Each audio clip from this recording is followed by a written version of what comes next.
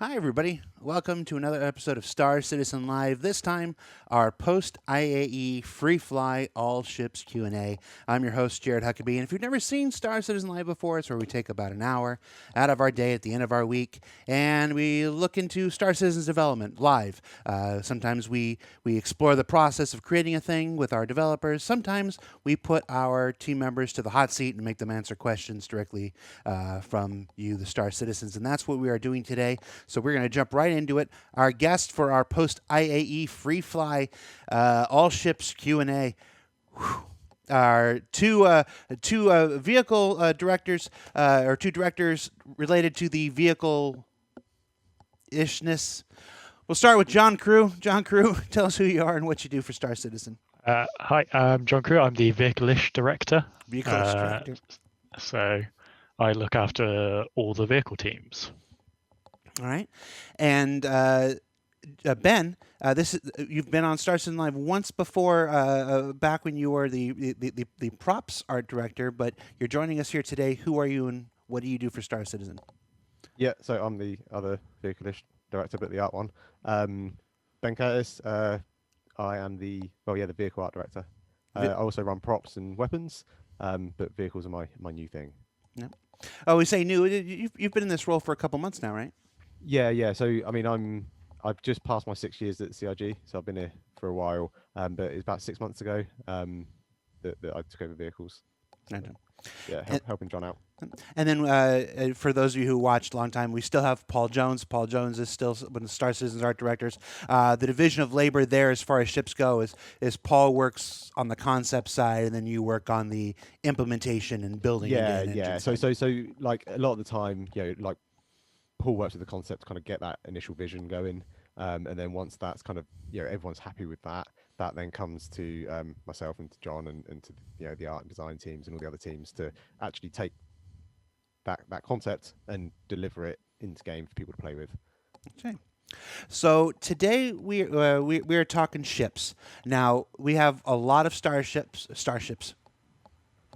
Star Trek, don't sue me. A lot of spaceships in Star Citizen, well over 150 some odd at this point. I should have counted beforehand. For today's show, we are focusing almost primarily on the flyable ships, since we just had our IAE Free Fly. We will dive into some general ship related questions. We will dive a little bit into some ships that haven't quite made it flyable yet. But as far as where our focuses are, it's on the ships that are currently flyable and the stuff that is in development now.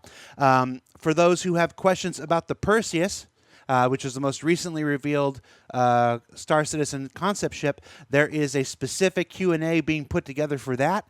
So we will be doing no Perseus-related questions today because there's already a whole other thing dedicated to that, and we want to save our time for everything else here.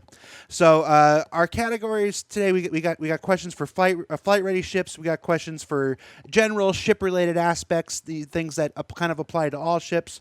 We've got questions about the future of stuff, and then general process stuff. So we're going to start in and jump right into our flight-ready ship questions. If you're watching live, you can submit your questions with the word question in capital letters surrounded by brackets, and we'll pull those out and we'll start adding those in. Again, of course, provided that they apply to the topic of the conversation.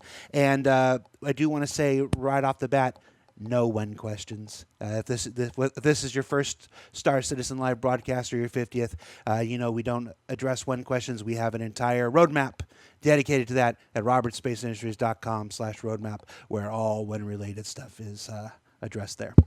So, right off the bat, with two of the most recent flight-ready ships, if the Mercury and Nomad's fuel consumption is intended, as some folks have heard through Spectrum, why are they so much higher than other ships in a similar class? And if that's how it's supposed to be, will other ships be rebalanced up to this seemingly new standard? Short answer is that was not intended. That was more harsh on the fuel than we had anticipated. So that's been fixed for 312. So they're back to a norm, what should have been the norm for their release. And it sort of spurred some further discussions for future star systems, because at the moment all the fuel is balanced around what's in Stanton to give the best gameplay there. But when we go to other systems such as Pyro, there is significantly less opportunity to refuel. So we're having discussions right now, people like Todd and Tony, to go over, right, what's the range time that we want to support here, and then we'll be balancing the ships around that so it works in a multi-system behavior rather than just contained to the standard system. So everything that we have at the moment is sort of designed for what's in the game right now, but we want to move to a more future-proof system where ships can go for, like, the Nomad and Star Runner were particularly wrong, but the idea is not to be like you've only got 40 minutes of fuel, so make your best of it. We're talking like an hour, 2, 3, 4 is your default range before you need to start considering fuel refueling. Okay. I think I don't have anything to add to that, so we'll just move on there. What else do we got? The Starfarer currently has no component housings and has long been, I'm not sure that's right, and has long been looked at as the ship needing some work by the community. Is it going to get a pass to add component housing, or will there be some kind of additional interior overhaul at a later date? It does have some. I'm pretty sure it has some in there. They may not be like component housing like the more modern ships, but there are certainly spaces for them in. I don't want to say the Star Trek phrase, but the certain tubes along the edge. There are hollowings there. There is definitely space for the power plant in the engineering room. So Yeah, there are spaces. I know there is definitely space in the ship for it. I think eventually all of our ships are going to need these component housings be accessible and be available. So we definitely will be kind of going back and giving it a revisit. And what we tend to do with a lot of the ship stuff anyway is as new features come online, we're going to need to retrofit that stuff to a lot of the existing ships. So I think the component layout is something that we take into consideration right at the start of a concept of a ship, and we make sure that there is space for it, because again, a lot of this is before my time, but I know we have had this kind of issues where, especially with the smaller ships, it becomes quite difficult to fit some of these components into, because new features are ever evolving and ever being developed. That it's only when you kind of have that feature working that you appreciate what needs to be done to kind of deliver that to the player. But yeah, we'll be going back and revisit it, going back and adding dashboard buttons and player storage and everything else that is currently required, and I expect lots of future new fun things as well.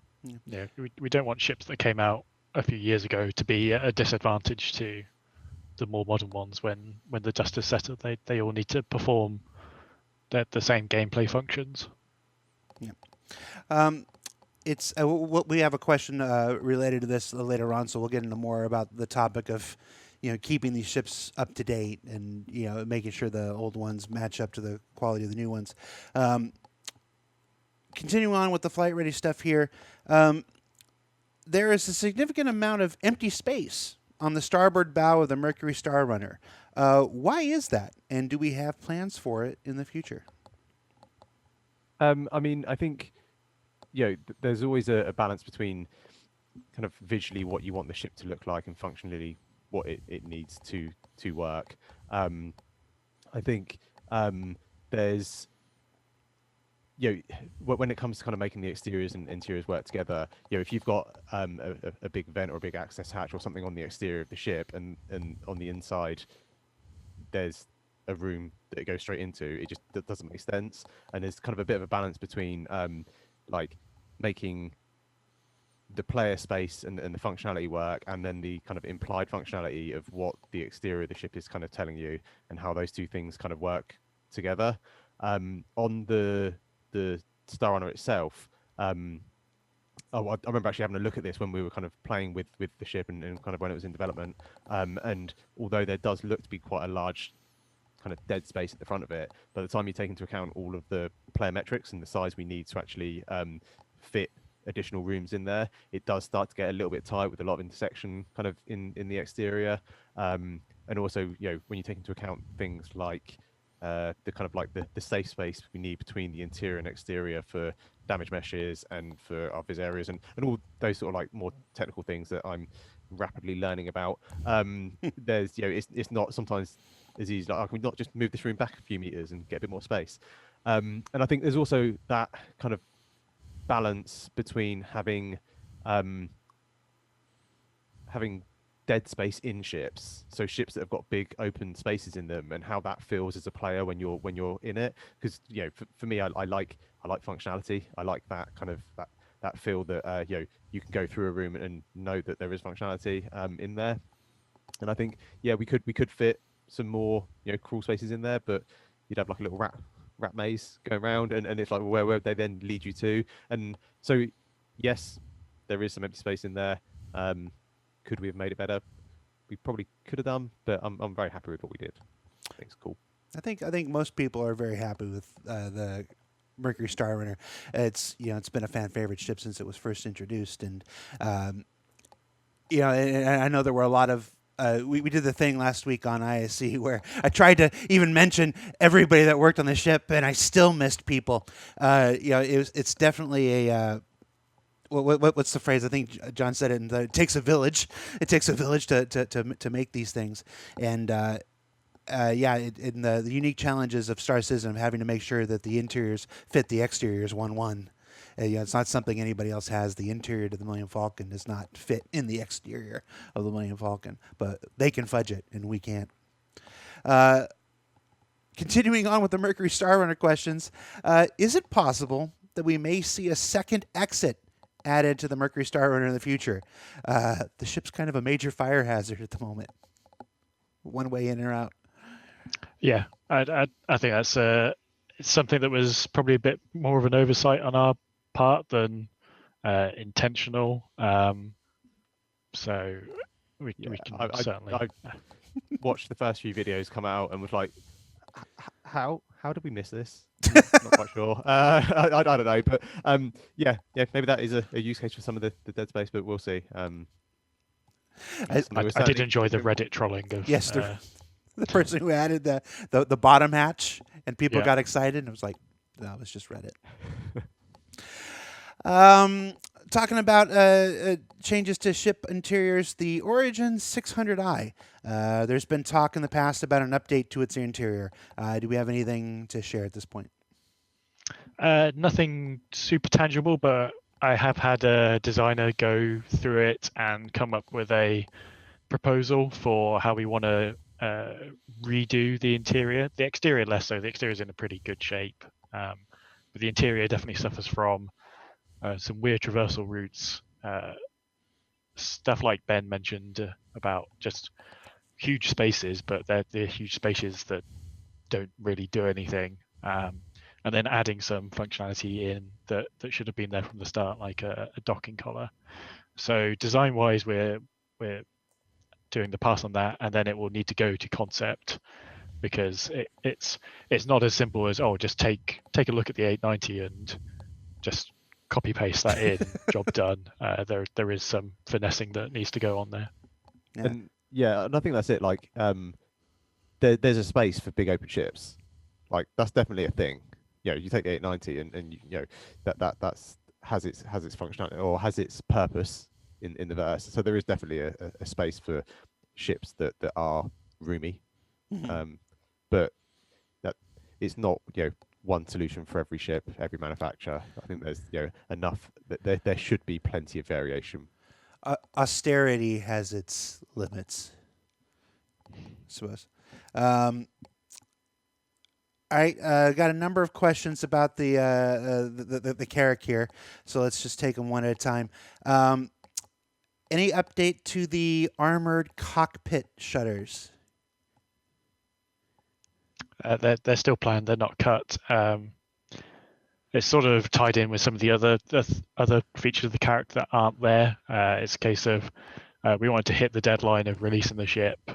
They had no real function at release, so we made sure they would work, so we didn't have to come back and do unnecessary work for them. But until they have a need that requires them, that we're not going to spend the time putting them in. Okay. The retractable antenna. Same answer, but that one can at least be quantified with jump points because they're for mapping jump points. So without jump points, then you can just raise an antenna up and down. Yeah, I was actually at the Max file recently and looking at it, I was like, oh, they're in, they work, but like John says, until that feature's in, and with some of the other things we've already talked about, until that feature comes online, it's kind of redundant putting the taking it all the way to final when you're not 100% sure how that feature is going to work, and you don't want to just the most annoying thing is spending time getting something like looking just how you like it, and then someone comes along and it's like, oh, actually, yeah, we need to change this now. And you're like, oh, just thought I had that done, and you Exactly. haven't. So It's a time and resource thing as well. Like we could have a designer and an artist spend time doing that, or we could have them fixing issues like people falling out of ships, things like that. And I think I know which one most people would Are you going to fix would that? want fixed. Sorry. I said, oh, are you going to fix that? Yeah. All right, and then I'm going to assume it's the same answer for like the underside pods.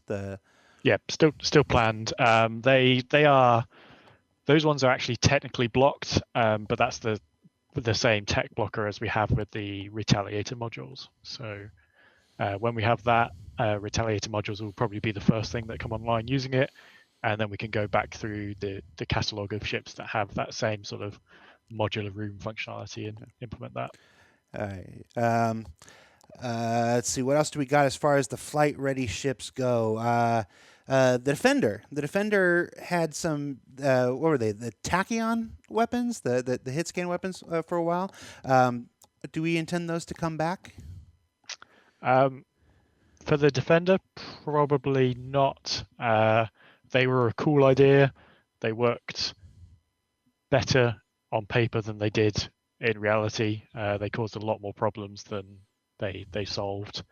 Not so much the actual weapons themselves, it's the fact that they were bolted onto a very maneuverable ship. So we're still going to have tachyon weapons in the game, but they're almost certainly going to be more restricted to heavier ships, where having a hit scatter weapon is less balance problematic. Let's see. The Constellation line. Jeez, we're just hitting all the greatest hits here. The Constellation line has been in a pretty rough spot for a couple years now. What can you tell us about any plans to bring them in line? A few things. So 312, it's had a fairly comprehensive rebalance pass in terms of its handling, because it was absolutely not handling where we wanted it to handle. I know it's got some much fabled shield holes on there that ultimately will get fixed by SDF shields, and every ship that has these shield holes will get fixed by that as well. So in the interim, we have been fixing them up as we find them. It's a very weird. It presents itself as a bug, but the code is actually doing exactly what it's being told to do. You're hitting items attached to ships that aren't being registered by the shield because they're not the ship itself, so it sort of bypasses things. So we've been doing a few ways to sort of mitigate that. And then I guess the big elephant in the room is the visuals of the thing. And much like the comments we gave earlier, that we will be going back through these ships and bringing them up to date. So the Constellation does have component hatches in there, but they're not necessarily the right size or the ideal placement. People will see some minor interior changes when Constellation and Merlin docking comes online, just because we've had to go do some work to the rear of the ship. yeah, I think the last thing on that is I did say that when the Taurus comes out, we want to look at the view, because it is a bit strutty. Yeah, I mean, I think like you say, John, when we go back and do that sort of work that we need to do to bring up all the ships up to that kind of same level, when we go into the ships and open up the files, if there's glaring issues, we always try and do that kind of like little bit of polish pass. But again, it comes down to what the I guess what the big focus is for that release, and if it's okay, actually we need to go through a whole bunch of ships and get them all up to a similar standard functionality wise, then we have less time to go in and take one through to give it a full refit. I don't we haven't got anything scheduled for a refit as far as I know at the moment, unless John's going to tell me otherwise. No, cool, good. Surprise. So I think when like I say, when we go in, we kind of do a polish pass and a fixed pass, but apart from that, nothing planned to my knowledge. Yeah, I'm trying not to repeat it about the resource and time thing. I would much rather work on new ships or ships that we've promised and not delivered yet than rework a ship 4 times that someone's already got. Especially if it functions and it does its role, I would much rather put the team's effort into delivering some of the community favourites than completely redo it. We're going to have a question here in a little bit that's specifically about how we determine reworks and stuff like that. So we'll just we'll cover it there. It's one of the most. It's a question whose answer applies to a lot of ships. So let's hang tight on that for now. The Sabre Raven is treated like a forgotten reject. Those are my words, not that one. No, these words. Will it be fixed? I am not, and I'm not going to proclaim I know every single bug for every vehicle in the game, but I'm not aware of it having any major issues. Certainly as of 3.12, there were some fixes that were done to the Sabre that, because the Raven is essentially, it doesn't come out the same source files, it comes out of a completely separate one. So you have to sort of do the same fix twice to fix it that hadn't been carried over. So we made sure those came over for 3.12.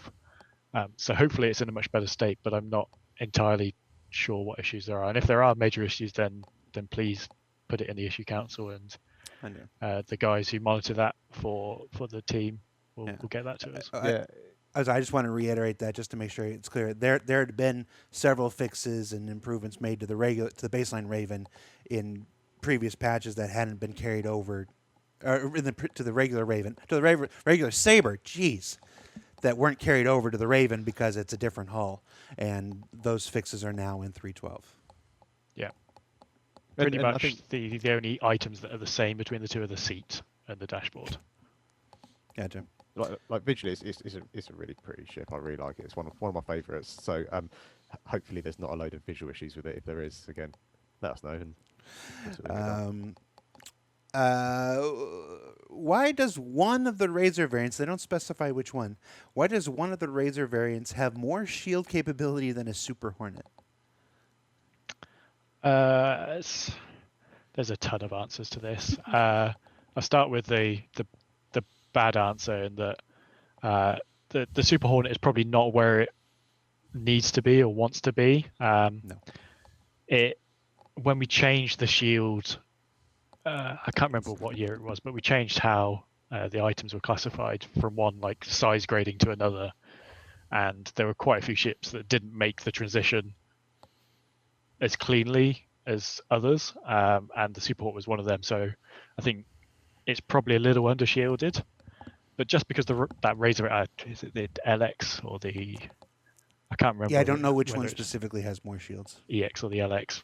One of them's faster, one of them's more shielded. But just because it has more shields doesn't mean it's like suddenly a super dogfighter, which the Super Hornet is. It doesn't have the armor, it doesn't have the weaponry. So it can be very easy to just look at the paper stats and go, this is better. But you have to look at the entire thing and put it together. Just because one thing has twice the amount of the other doesn't make it twice as good. You're right. Maybe. You're right in most cases. 10 out of it. All right.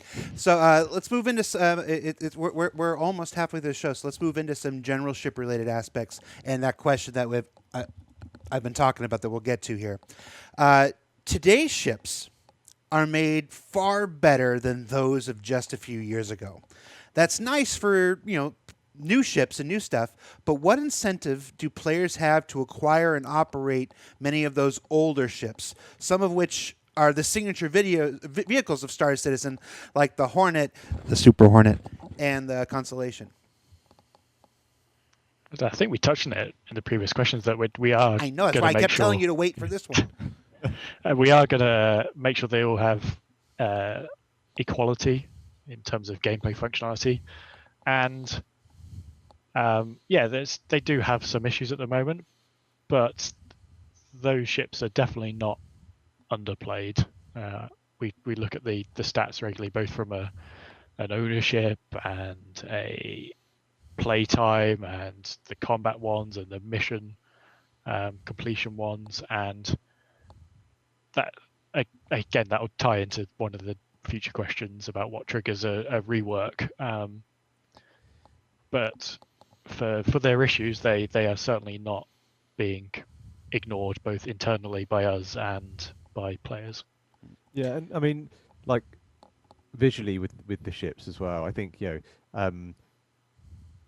we've got quite a diverse range of manufacturers, and that um, that can mean that not every manufacturer necessarily has to have the same um, aesthetics, but they should all match the same visual quality. And there's definitely ships that haven't been touched in a while, and there's no getting away from that.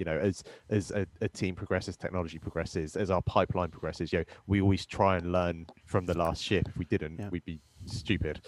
So we're always learning. We're always trying to like push, to get things done more efficiently and to look prettier. There's no other way of doing it. We want to make stuff pretty. That's kind of what we do, or at least what we try and do, and to kind of probably butcher a phrase somewhere. There's it's easy to be taller when you're stood on the shoulders of giants, or whatever the Right. phrase is. That every time you're learning, every time you're pushing, and yes, that does mean that some of them don't quite match the visual quality we want, and it's something we do want to kind of unify, but it's part and parcel of making a. There are kind of two things at play here. One is that most games don't operate a live environment in the middle of their development. Yeah. So this process of building ships, and each successive one learning from the lessons of the other one and getting better as you go along is a normal aspect of game development. That's not just normal. It's how it's supposed to work. You're supposed to get better at this as you go along. It's just that for most normal games, that period where you go back and you bring everything else up to up to quality happens behind closed doors. When the game releases, they just hopefully, if everything works the way it's supposed to, you see everything at the same quality at the same time. We don't have that with the model that we use. Things have to go out as we learn things. And then the second thing is one of the things I'm quoted saying quite often is like, for everybody that's in the chat right now, like, give us the Betting Merchantman, give us this. I'm like, no, you don't want it now. You want it later. You want it, after all the lessons have been learned, after all the kinks have been worked out. It's like the longer it takes to make some of these ships, the better they ultimately end up being. So it's an interesting situation that we're in with Star Citizen because we operate this live environment, during the course of our development. So, but yeah, as we've seen, we've remade the Freelancer 4 times. I think we've remade the Constellation a couple times. I think our commitment to keeping these things updated and bringing them along with everything else has been shown. It's just a question of when is the right time to do it. If we do it now and there's still lessons to learn, we got to do it again.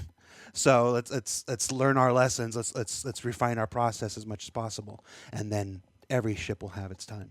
And that is like one of the, I guess, the luxuries of working on the project and using the model that we do, is that we can be like super reactive to new techniques, and if we work out something that is easier and better and looks better, then we would jump on it. And I have worked on projects before where you could be coming right up to kind of GM in your game, and it's like, oh, but if we did it this way, it looks 10 times better and we can do it twice as fast. It's like, yeah, but too late for that. You can't do that now, and you got to just write it off and use it for the next project. And, it's again, to echo that, like, where it's such a unique position that other games where you get it on launch day and you're super hyped, but for some reason you don't like this thing and you're like petitioning for developers to change stuff. Like, they're already 9 months down the road on the next thing. They're like nothing's going to change. Whereas we actually have the ability to react to things here. Yeah. So I think it'll happen. It's just like everything. It's a question of priorities and resources and all that good stuff. But I don't think anybody doubts it'll happen. What is the status of ship armor? One of the most perennial questions we get with relating to ship stuff. We talked about it recently on Calling All Devs a couple months ago. Any update you can give for us right now? It's still currently, as of 3.12, just a damage modifier. That will all go away with physically based damage, which is actively being worked on right now, and then it is truly going to be properly physically modeled or physically accurate, and it will be taking into account everything, so thickness, slope, velocity, and weight of the projector coming in. So yeah, it will, to say it will be different, it will be an injustice to how different it will be. Like, it will just completely change how the game works in terms of combat. Do I need to start worrying about the weapons backlog, John? Sure do. Is that what you're telling me? All right. All right. A while back, CIG stated that ships would be limited limited not just to what size components they can equip, but also what type of components. Back in those shipyard articles, I think we wrote, John, the civilian, the military, the industrial type components. Are these restrictions still intended? So it's something we're discussing at the moment. The vehicle experience team are looking at it. That was quite an old design, so the categories themselves will absolutely stay around, but the actual restriction of this ship can only take military and civilian is something that the way the discussions are going internally at the moment is probably not going to stick around for a few reasons. It's an artificial restriction that doesn't really make any sense when all the components are all identical anyway. It didn't, in theory, and practice, really stop the people min-maxing loadouts, because there was just so much variety in the categories anyway, and it sort of restricted upgradability of ships by going, like, Ben's team has made 5 million components, but you only get access to 50. It's sort of shooting yourself in the foot with long-term gameplay there, and from the balance side, just made things just harder to deal with. So we'll probably be getting rid of those restrictions. Not going to say absolutely yes or no right now, and when we do make a decision, we'll probably update those shipyard articles to have the latest and greatest info. But the categories themselves will definitely stay the same, and each category will have upsides and downsides for it. And I think John mentioned, like, the ship items themselves, they're long overdue a bit of TLC. I think I think it was 2.6 maybe. It was a while ago. It was when I was fairly new to the company. I remember having taken on those ship items, and we did a whole load of work getting them ready, and they've kind of not really been greatly touched since. And now we're getting to the point where we are adding them into ships, and having the panels open and stuff. I'd really like to see that stuff sort of like that game loop closed out, and really kind of getting that stuff. I mean, we went through and made loads of sub items that go inside your ship, items that go inside your ships, and we've got a whole slew of them, and kind of getting all that stuff in working, feature ready. Be cool. Liberty in the chat says, "Is this show pre-recorded?" Yes. What else do we got? As it stands, the Carrick is the only non-capital ship with a med bay, and the Kraken is a capital ship without a med bay. Why don't more multi-crew ships have med bays of any tier whatsoever? I'm pretty sure the Kraken will end up with one when we actually put it into production. That was almost certainly just an oversight at the concept stage. I don't think the Carrick is the only non-capital ship with a med bay, because we have the Apollo and the Cutlass Red. I guess it's a bit vague what you call a med bay versus what you call a med bed, the different tiers of med beds. But it's certainly not intentional that there's just those three ships in the game only ever going to have them. But it is a supremely powerful feature to have in your ship. So we don't want every ship and its son having a med bed in there that you have as your mobile respawn point. So we do want to restrict the availability of those to ships that make sense. So the Kraken would make sense because it is sort of like a mobile space station. The Carrick is a supremely long distance exploration ship where you're going to be out in the deep expanses of space a long time. But having it in the back of your Cutlass, like your bog standard Cutlass that you just chucked in there, maybe not. But the red, again, designed as an ambulance. So yeah, there will be a difference between, and I think we've shown sneak previews of things like the med gun as well. There will be other ways to heal yourself beyond a med bed going forward. So you won't need a med bed in the back of your ship if you break your legs on a planet. You'll be able to use other mechanics to heal yourself. But med beds will be primarily for the whole respawning aspect. Does the 890 jump have? 890, yeah, has one. Okay. But I guess the question was it sub-capital ships having them? Capitals tend to, because again, by their nature and size, they're often long distance, long duration. And then the ephemeral definition of what a capital ship is. We're not going to get into that here. Any update whatsoever on player-facing ship modularity? Several ships are supposed to have a variety of player-swappable modules, some including entire rooms. You touched on the Retaliator earlier. Yeah, the tech for doing, I'll concentrate on the room aspect of it because it's the probably the most important and the easiest one to answer. The tech for having swappable rooms is being it is on the schedule for early next year. It's, to not give a super long-winded tech answer, it was blocked by moving some of our data from loose XML into our own DataForge format, so it could tie in with other systems, because those rooms, especially the Retaliator ones, have items inside them. So they needed to, when attached and detached from the ship, needed to be able to dynamically connect and unconnect from it, so the items inside would continue to work. So that was the reason why it's taken so long to do it. But that work is now scheduled, and when it's online, like I said earlier, the Retaliators will be the first ones to have it proved out, because we have all the assets all there waiting and ready.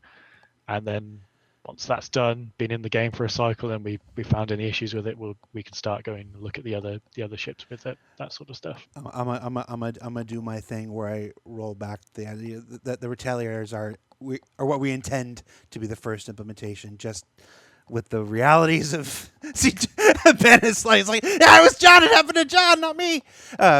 It's just with the realities of game development, we know these priorities can change, but right now, yes, our intention, Retaliator, will be the first. At some point.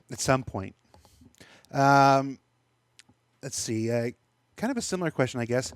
What tech is blocking our ability for ships to save the current setups, such as MFDs and settings like firing groups and overclocking, so that when we respawn with a ship and get them back from our factory, our preferred setup comes back and we don't have to reconfigure every aspect of our ship again from scratch? Yeah.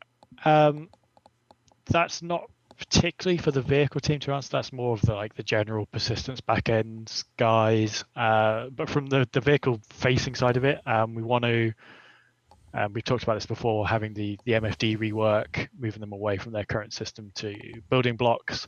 And as part of that, you're going to be getting a setting, like ship settings screen, that you can set all these things in, and then there's a single place that we can send off, like here's this ship's settings, and it's just one place that gets sent and retrieved and then works across your ship, rather than having to pull all this data from all these various locations on the ship and package it off and get it back. So I can't really comment on half of it, but from the vehicle side, we need to have those new MFDs done first. This answer may go into the same area then. For the past year and a half or so, ground vehicles cannot be loaded into vehicle bays that use lifts instead of ramps because they clip through and fall out. Can you tell us about the issue, and if there's any fix on the horizon?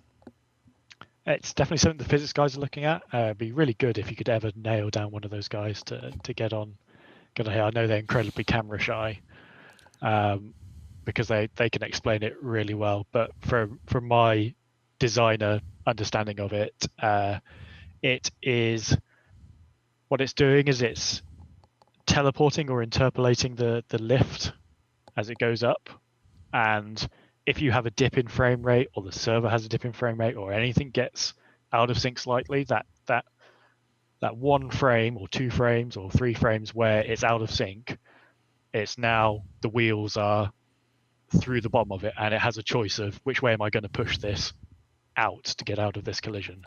And sometimes it goes up the right way, and sometimes it goes down the wrong way, and then as soon as one wheel's in, it's starting to drag all the rest in, and then it tends to go wrong. But it is something we know about, something we do intend to fix. They have put numerous fixes in almost every patch that makes it better, but there are still some edge cases there. Yeah, we don't want ramps on all ships. But we definitely want lifts. You don't like ramps? I don't mind ramps. I just think lifts look cool. Like pressing the button and be like, shh. Yeah. I mean, I guess. You would end up with ships looking very similar. You'd have like the freelancer shape where it loads in the back, or the Carrick shape where it loads in the front, or the Starlifter where it does both. I think it definitely works on some ships, but there is that sort of a ramp takes up quite a considerable amount of space and has a big impact on the exterior because it has to arc down and be a certain length. Otherwise, you just get problems trying to get in the ramp if it's too steep. Yeah. Then there's other problems that come alongside with it. So have you considered side ramps? Side ramps? I don't know. I'm trying to. We did have a concept ship where it has side ramps as part of the brief. I think it may be in the Corsair, but it never survived. Right. No, at one point in the Corsair, yeah. At one point in the Corsair. It had side ramps. But a good point on the ramp stuff is that we do have metrics for the angles, and we can't go over a certain amount, which means if you have a ship that has loads of stuff on the bottom of it, it's going to be 10, 50 meters up in the air. You have a 10, 15, 20 degree ramp coming off the back. It could be 50 meters long by the time it gets to the ground, and then you've got somewhere to put a 50-meter ramp in the ship. Yeah. The Terrapin, I guess, has a side ramp too. Yeah. It's just not big enough to load. I was going to say not big enough to load vehicles. I've seen people, but I've seen exactly the second I didn't even get through it, and I was like, no, I've seen people do it. Take both the wings off and put something in. Yeah, and I mean, it's something that I've been talking about today with the lifter, and making sure that ramp's kind of fit for purpose, and it is long enough and the correct angle and everything, because you don't want to drive yourself in the back of it and just get wedged. What you need to do is eventually just need to do something like a Chinook, where it doesn't have a lift or a ramp or anything. It just grabs it and carries it around. That can just go and pick up other things and slide them in. We discussed a Chinook style ship way back on 2 or 3 years ago now, in one of the shows. I can't remember what. This is where Ben gets to pitch his favorite ship concept idea. Oh, what's your favorite ship? I'm not saying it here. It's fine. I got roasted enough for saying it in the meeting. I did say it in. So. Is there an update on the customization options that the 300 series received? We said then that we'd be using it for other ships. There hasn't been another ship using the same customization system as the 300 since then. Is there more coming? What are our intentions? What can you tell us, if anything? Definitely plan to do more of them. It's a time reward thing. The 300 took a lot of development time because it was the first. We learned a lot of it from the dev side. We learned a bit from what players liked on the other side of it, what they didn't like, and it's really just finding another ship to do it on and release it on, because it does add time onto the schedule. So it's a case of we could release this ship at this date, or we could do it with customization, and it's 1-2 quarters later. And like, do we want to do that, or do we just want to have the ship out? So those discussions on it is definitely going to happen in the future, and absolutely going to happen for things like cockpit decorations. Yeah, I think the kind of like the decoration side of it, when we first started talking about that a while ago on the prop side, we did a whole bunch of like ones that we could use to prototype with and play with, and everyone really enjoyed it. And yeah, we definitely want to get to the point where you can go and find these really unique assets that you can kind of show off in your ship and decorate your ship with, things that not you can't just nip down to the local landing zone and buy, but things that are a little bit more unique. And every so often that kind of topic of conversation comes up. It's like everyone's excited about doing it. Everyone's excited about making the assets and having fun doing it. So I think once that comes online, we should start seeing a lot of that stuff. Were you surprised by how popular the coffee maker was? I'm not gonna lie, that coffee maker's given me a few headaches. Like Jens, who's on the program side of things, he's like, are we gonna? The coffee maker is working, isn't it? It is working. Because I keep seeing images of it not working on Reddit, and it's like, yeah, it better be working. But yeah, everyone loves coffee. What can I say? I think we touched on this one earlier, John. Will there be a fix coming out for shield holes in the upcoming patches, like those of the Constellation lineup? If you just want to reiterate the answer. Yeah, here. so SDF shields will ultimately fix it completely. In the interim, we're just patching them up as best as we can. There's some less than ideal design changes that we can do to do it, but it involves having to actually find how they're being done in the first place. So I think we have probably got about 80% of them, maybe 90% of them temporarily worked around. It causes other issues, but those issues are less problematic than the shield holes themselves. A lot of things coming with those SDF shields that folks are excited about. Yeah. What are some of the current challenges or technical hurdles to spawning ships and vehicles inside of other ships and vehicles? We'll just leave it at that, I guess. So it's technical wise, we're actually having to solve a lot of these right now whilst we're working on the Merlin and Constellation docking, because that really brings the problem to a head. A really good example for the Merlin and Connie is, and the guys have fixed it now, but it took an incredibly long time to do it. When you spawned in Arena Commander with Constellation, it actually put you inside the Merlin, because the Merlin was the last pilot seat in the order of the vehicle. So it just put you in there instead. And it put you in there, but it thought you were in the Constellation pilot seat. So you were flying the Constellation from the Merlin's seat, and all sorts of weird stuff, like the Constellation had access to all the Merlin's items, so it would start trying to fire the Merlin's guns. You could turn off the other ship's items from within the other one. Just all these edge cases that we have to work through.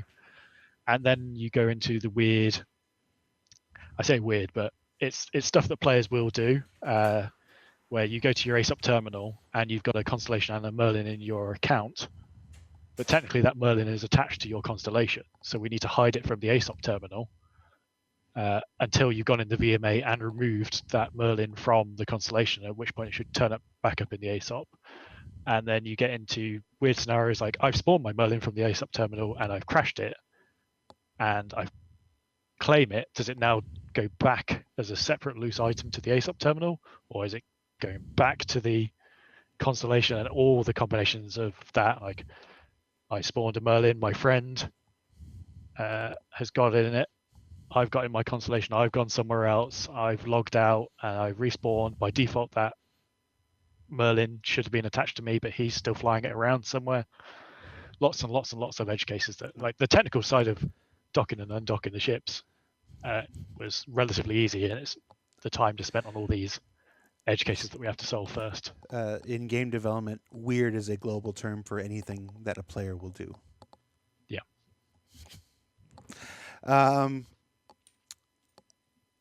Let's see what we got from the chat here. How come the canopy bug that was once known for the Hornet series only has now infected virtually all single-seater ships? We'll just go from there. It's weird that it only affected a few ships, because it should have and did affect every single ship. So why it was like such a slow like this patch it was this ship, and this patch it was this ship and this ship. It should have been all of the ships at the same time. And the 312 build that went to Uvacati the other day had a fix for it, but we had to roll that back because it caused some other impacts. But we're definitely working on it, and it absolutely shouldn't have been ship specific. It should have been any ship that you had, any ship that required a part of the ship to move before you got in it. So any ship with a moving canopy, like the Vandal ships, where the sticks do something first, and then the massage bed drops out for you to get on, would have been affected. Now, I just want to clear up, when you say it should have affected all ships, that you're not speaking about like an intention, like the bug was intended to affect everything. It was a systemic issue with the way that animations that attach to the cockpit, where it's like we were surprised that it only ever affected a small. Yes. Yeah, it absolutely was not intended that whilst flying around, your canopy should constantly open and close. Like a hoopty. Yeah, or in the case of the Vandal ships, just dropping you outside the ship every now and then. But you said we had a fix in 312. We had to roll it back because it had other knock-ons that were unintended. Yeah, it had a strong chance of not actually letting you get out the ship again. So your canopy didn't open and close, but you could never get out the ship. Yeah, no, it was particularly vicious with the Vandal ships because it just yeeted you right out of the ship. It's like, thanks.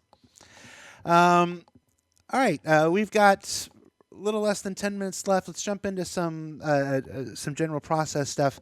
How are ships prioritized? One of the most common questions that we get through all of these streams is, how do we determine which ship gets made first, next, what this after this? Our history is replete with many instances of, we're going to do this, and then we want to do this, and then we want to do that. That team will move from this ship to this ship, and we always have our intentions, and then 3 months goes by, 6 months goes by, those intentions change, those priorities change. Yeah.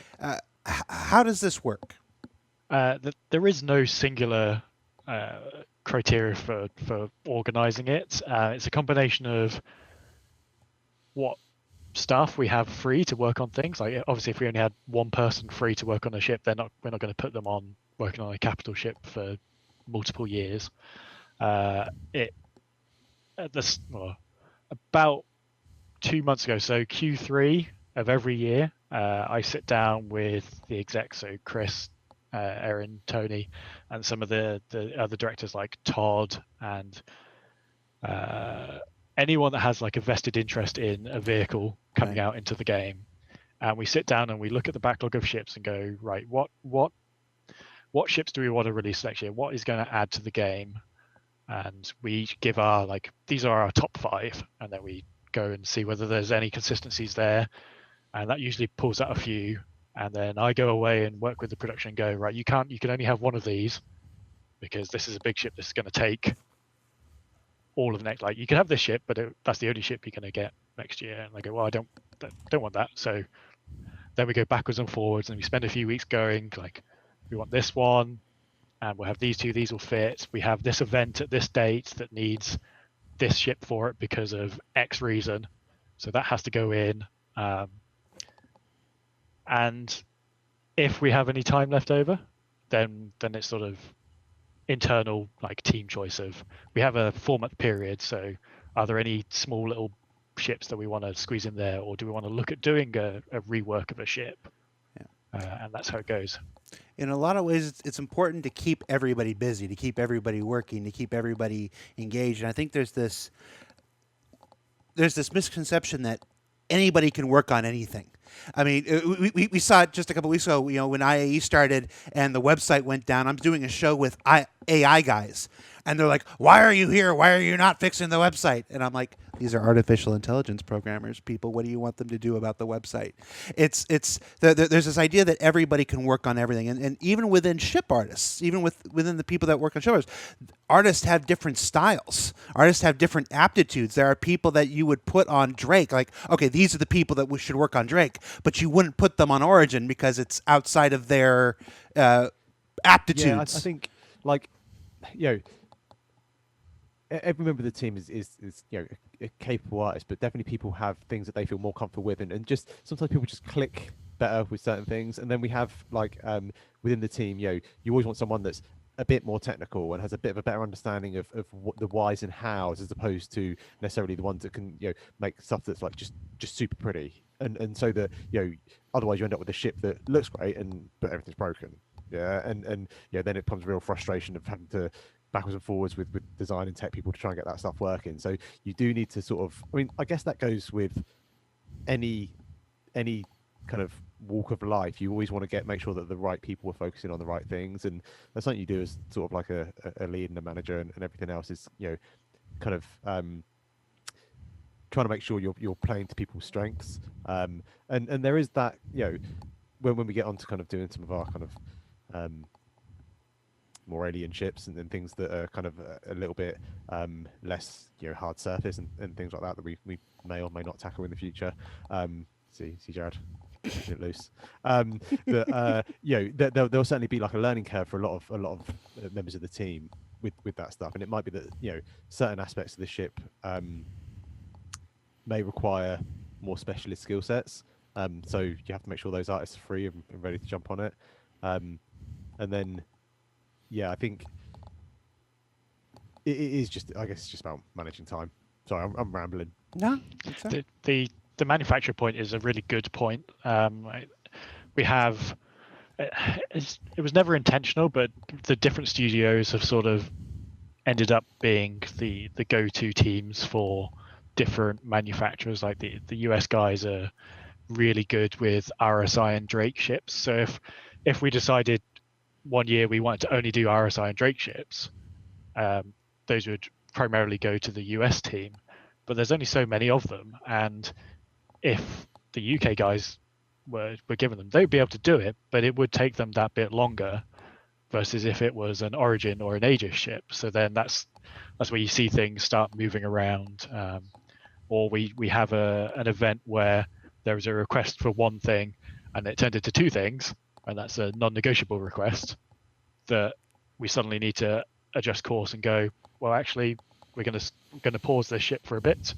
and then we'll do this, and then we'll come back to it. And then that's where where I do read the comments quite often where it said, John Crewe said this team is going to be doing this ship, and then they're going to move on to this ship. And that absolutely was the intention at the time. Just something happened in the middle that caused that to be paused, and then they'll get back to it.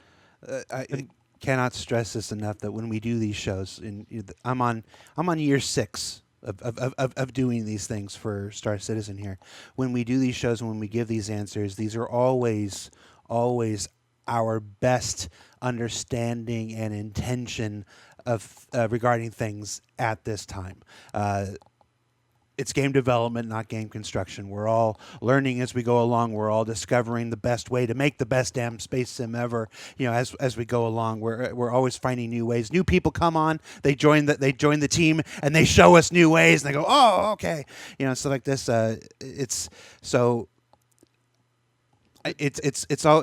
You see a lot of CIG lied or CIG said this or whatever, but it's never enough times to remind folks that when John comes on this show, or Ben comes on this show, or anybody else, Todd, Richard Tyrer, Sean Tracy, any of the, we are sharing our intentions and our understandings of the process at any given time. So, and as with all things, subject to change. So we are just about out of time. So I had all these questions about the Banu Merchantman here that I was saving for the end. I have to skip them. It's gonna be a beast. No, okay. So all of these questions are going to have pretty much the same answer, guys, but we're gonna do them so that you hear them, and so that you know them, and so that you don't say that we didn't answer them. From the thread here, any status updates on the Redeemer? It's in white box right now. Okay. It's solid concept, looking cool. Had a bit of a review with the guys today. Excited about it. And it's a bit of a tight space. Yeah, it may or may not still be a 5-man crew. It may be less. Okay. And we showed some of that on Calling All Devs a month or two ago, so check that out for this. Constellation Taurus. Why is it taking so long? I sort of alluded to earlier. It's one of those ships that is very easy to to pause on when we need to pivot to do something else that's come up, like a patch is on fire and we need the vehicle team to fix a load of things. It's just there's nothing secret or special going on with it. It's just a very easy one to go, right, we can stop here and we can come back to it in a bit. Okay. Anything you can tell us about the Polaris? It's had a reconcept pass. It's got fractionally larger. It's not human. It's still in the 100s in terms of meters. Okay. And when you say reconcept, you mean mostly to flesh out like the interior and stuff like that? Yeah, the interior had a full pass done on it. The only other big thing of note, I guess, is it's got a docking collar nicely on it now, and the hangar is 2 metric. Yep. And some of the images in ISC yesterday may have been related to some of that Polaris reconcepting. Anything you can tell us about the Javelin? We'll just get progressively bigger. Bigger. Yeah, it's big. It's big. Yeah, 500 meters of big. I think people saw it at Fleet Week. It's had some changes since then. Okay. Hull C. Be real careful here. No active production on the content side. We have done some work on the Hull A concept, which may roll over into the visual of the Hull C. So the IAE holo viewers, you saw the actual reconcepted Hull A. But tech-wise, I've spoken about the blockers for it many times, and they are slowly going away. So docking is a big one that is on the horizon. Animating viz areas now works, animating grids now works, so we're sort of down to docking and cargo and a few minor other things. Yeah, cargo, a minor thing related to the Hull C. And that's a classic case of, the Hull A, like John said, it's had a new concept. And it's like, that's really cool. And then finally, the Banner Merchantman. Cancelled. Oh, really? It's in concept again. Anyone that's a BMM fan knows that the concepts were quite different depending on which version you saw. So it's bringing them all in line, making everything fit in it. It has got bigger, but it is not gone up a landing pad size, so it's still in the same size category. It still has the same amount of cargo as it was concepted with, so we've not cut the cargo, and we're working on the interior to bring all the stuff we learned from the Defender inside. Concepts for the interior. Concepts for the interior. Concept. And folks, as far as when you can expect to see that, I would say when the Banning Merchantman actually begins like active development, when things actually start being built, is probably the next time you can expect to see some of that stuff. So yeah, that's going to be a big one. It's going to be it's not going to be soon. Just put it that way. And then the Genesis Starliner, which comes from somebody who's not me. I don't believe you.